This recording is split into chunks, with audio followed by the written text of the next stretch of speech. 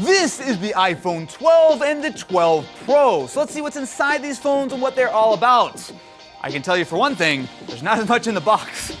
So let's start out with the iPhone 12, which has been very kindly provided to us in the blue color. Pacific blue? No, I think that's the 12 Pro. I think this is blue.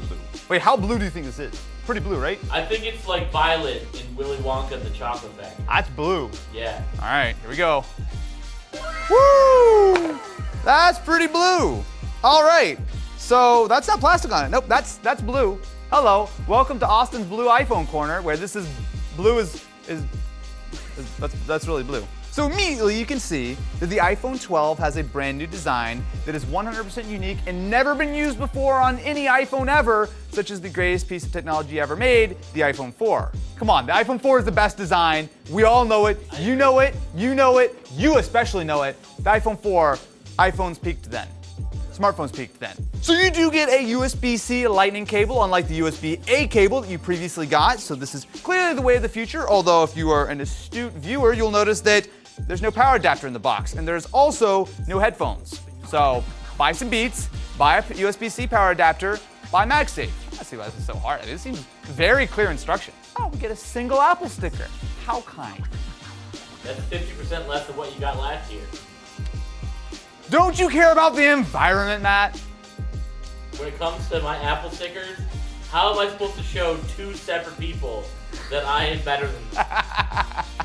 Let's take a look at the iPhone 12 Pro really quick. I assumed this is the exact same thing. So unlike with previous iPhones, specifically with the Pro and the non-Pro models, the actual hardware should be essentially identical as far as the actual dimensions. Ooh, I like that more. That is nicer. So something interesting, it almost feels like it's thicker, even though I know that that's not the case. And I think that's entirely because it has those squared off sides, which of course is the best move to fit the most amount of stuff in the phone. There's no wasted space here, but it's interesting. Now, that being said, the dimensions are identical between the 12 and the 12 Pro, but there are a few differences. So you'll see that the shiny glass on the back of the 12 has been replaced by a matte finish on the 12 Pro. Personally, I think that looks nicer. When you put the two phones side by side, what you'll see is you have a matte aluminum frame on the iPhone 12 and a shiny stainless steel frame on the 12 Pro. Believe me, the 12 Pro looks great, but I've touched it, now it looks slightly less great. Look, it's a fingerprint magnet. Surprise, surprise. So when you put the iPhone 12 side by side with the 11, you'll see it's a little bit smaller. However, when you put the 12 Pro side by side with the 11 Pro, you'll see it's a little bit bigger. Part of that is because these phones are identically sized, right? I think probably the bigger upgrade here is going from something like the 11 to the 12, because not only do you get a much better OLED display, it's higher resolution and it's just a better panel, but on top of that, I like the size of the 12 more. For me, the 11 and the 10R were always just a little bit too big, but this feels like a good middle ground. Let's see how they literally weigh up. I was gonna say measure up, but that didn't make quite as much sense with my handy dandy scale that we bought for some other video that I forgot. Who wants to take bets? Which is the heaviest iPhone? The 12 Pro. You think 12 Pro is the heaviest of all four? Yes. All right, Ken, which one's the heaviest? Heavy bets on 11.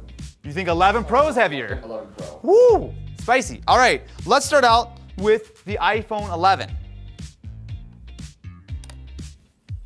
192. All right, you have a benchmark. You writing this down, Matt? No, you have my phone. Next, let's try the iPhone 12. Whoa, 163. Yo, that's a lot lighter. All right, now we go for the iPhone 11 Pro. 187. You, sir, are incorrect. Wait, what was the first one? 192. Yeah, there we go. I remember that. Now, here comes the medium chungus itself, the 12 Pro. 187. Ooh. So the iPhone 11 is the heaviest. I will say, hang on, wait. Can I feel it? Nah, I feel the same. Wait, I have a great idea. Actually, I have just the right prop for this. Okay, this probably shouldn't make it in the video. Okay, so what's the difference in the weight again? The 12 is $200 cheaper. So I figure if I put $200 on the 12, it weighs the same as the Pro, but it's.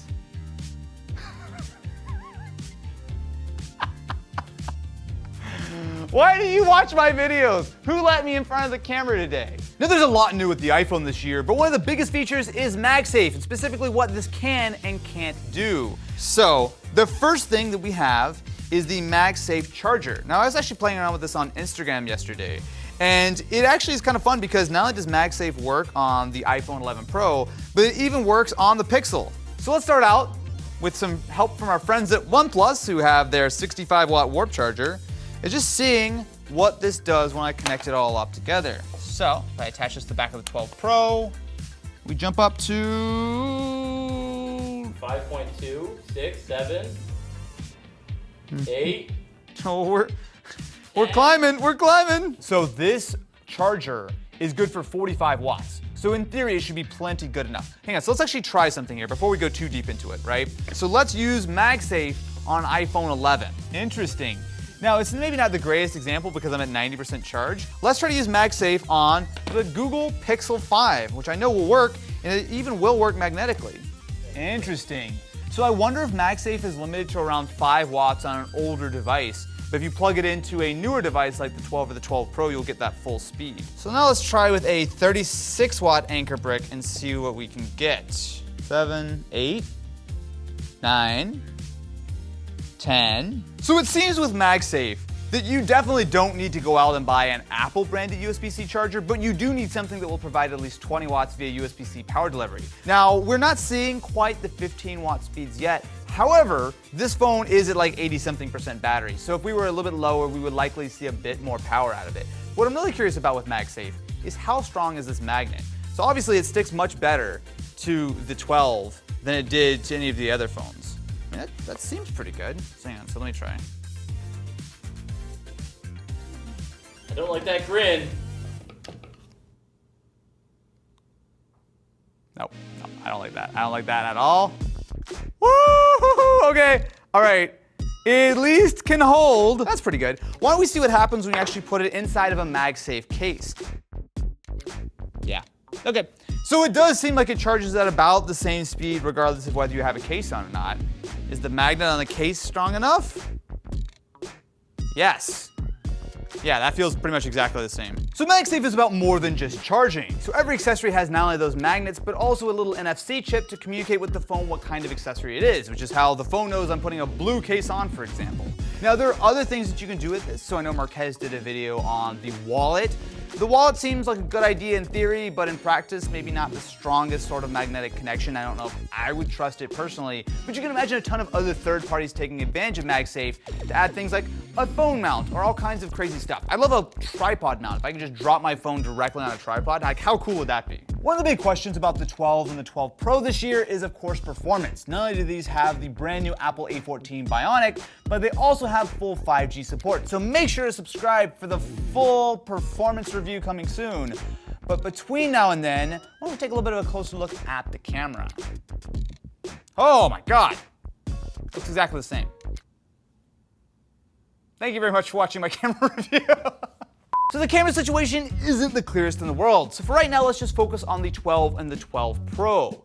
So generally speaking, the cameras are very similar to what we had last generation. So with the 12, you get the same ultra-wide camera as before, and you have a similar wide-angle camera, just with an improved lens that lets in a little bit more light. Same story for the 12 Pro, same ultra-wide, same wide camera. This just adds the telephoto from the iPhone 11 Pro. Now, if you're used to the way that the iPhone 11 takes photos, you'll know that that is, generally speaking, one of the best smartphone cameras out, and the 12 is no exception. So there are improvements to the processing side of things, so the images should look, generally speaking, a little bit better, especially with the HDR implementation. It's a little bit more aggressive this year. It's sort of giving you a bit of more of a contrasty image, I suppose. But outside of that, there's a whole other story when it comes to the iPhone 12 Pro Max, which we will have shortly, but that gives you a better telephoto that's more zoomed in, and importantly, a much larger and hopefully better main camera sensor. Now, in addition to the telephoto camera, the 12 Pro also does have a LiDAR sensor. So unlike some other phones that have completely useless extra sensors, this one is at least mildly useful. So you can use it for a couple of things. So of course, anything that takes advantage of ARKit will be more detailed because you have a much better depth map of the room that you're in. But for most of us, where you're going to really notice it is when it comes to autofocus. So the LiDAR, especially in low light, will be able to help the phone focus better, specifically for things such as night mode portraits. Now, one area where the iPhones have been the king for several years now is in video, and I think that the 12 and the 12 Pro will absolutely continue that. So right now you're looking at 4K 24p video, although this will go up to 60p as always. However, there's a major difference this year, which is the addition of HDR and specifically Dolby Vision. Wes, what's Dolby Vision? You have 30 seconds. Well, Dolby Vision is kind of high dynamic range video, or HDR if you will. So basically the goal is to take the most amount of information in your bright highlights and your darkest shadows and be able to see into those bright highlights and those dark shadows. Now with normal video, you can kind of see everything, but the idea with Dolby Vision is to use special metadata to transform the video in different brightnesses so that way, you can see it on your smartphone screen, or you could see it on a dimmed TV in a dark room, or your iPad when it's... Great explanation. There's still so much more to talk about with the iPhone 12 line. For example, the Pro line will get Pro RAW, a better RAW format that incorporates more of the image processing. When we have our hands on the 12 Pro Max, we'll be able to take a look at those upgraded camera sensors and how that all looks. We also will be able to take a look at the battery life long term, especially considering that these are, of course, 5G phones. And then there's the biggest question in the room. How is the little baby brother, the iPhone 12 mini, gonna stack up? So definitely be sure to subscribe to the channel, and you may want to keep an eye out for not only our speed test, but also we're going to do a much more in-depth video very shortly over on our second channel, This Is. Matt, why should they subscribe? Because This Is awesome. Okay, now let's not lie to the audience.